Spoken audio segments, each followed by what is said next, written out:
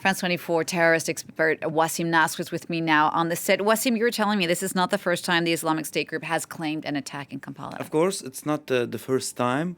We can see on a map also all the latest bombings that were claimed by the Islamic State in Kampala, so Uganda's capital. The first goes back to the 10th of October. There were no casualties. It was a police station that was attacked with a bomb.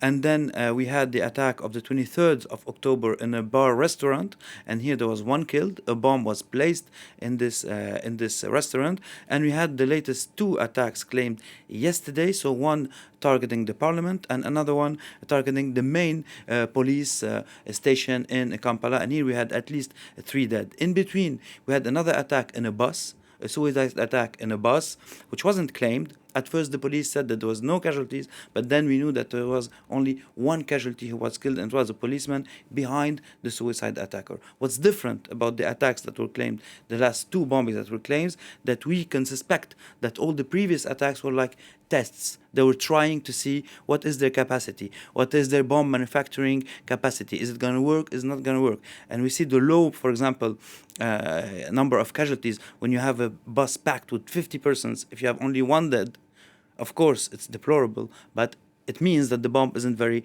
efficient. And here, the latest attack, we saw 3 suicide attackers that attacked in a 3-minute gap, 2 places in town with more sophisticated manufactured bombs. So it's a very important indication about their capacities in Uganda and Kampala particularly. So tell us a bit more about this so-called Islamic State province of Central Africa. So the Islamic State province of Central Africa, as they say, is the outcome of reach out from local groups to the Islamic State Central back in 2017.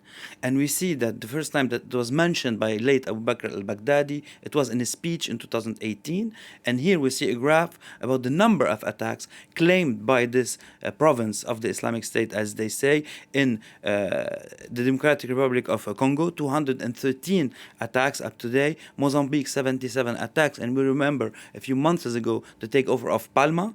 And in Uganda, 3 attacks that are claimed, 4 bombings and 3 attacks. And in Tanzania, on the border region with Mozambique, 2 attacks. So this is an evolving capacity of the Islamic State in this part of the world since years now.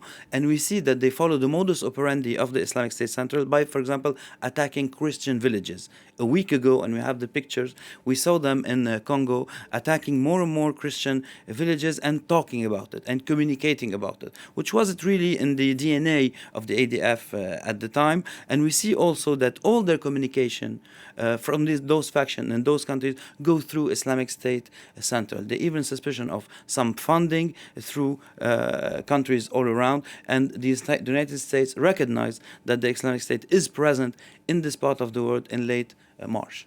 Wassim, thanks for that. Thank you for sharing your expertise. Wassim Nasr, France 24's a terror expert.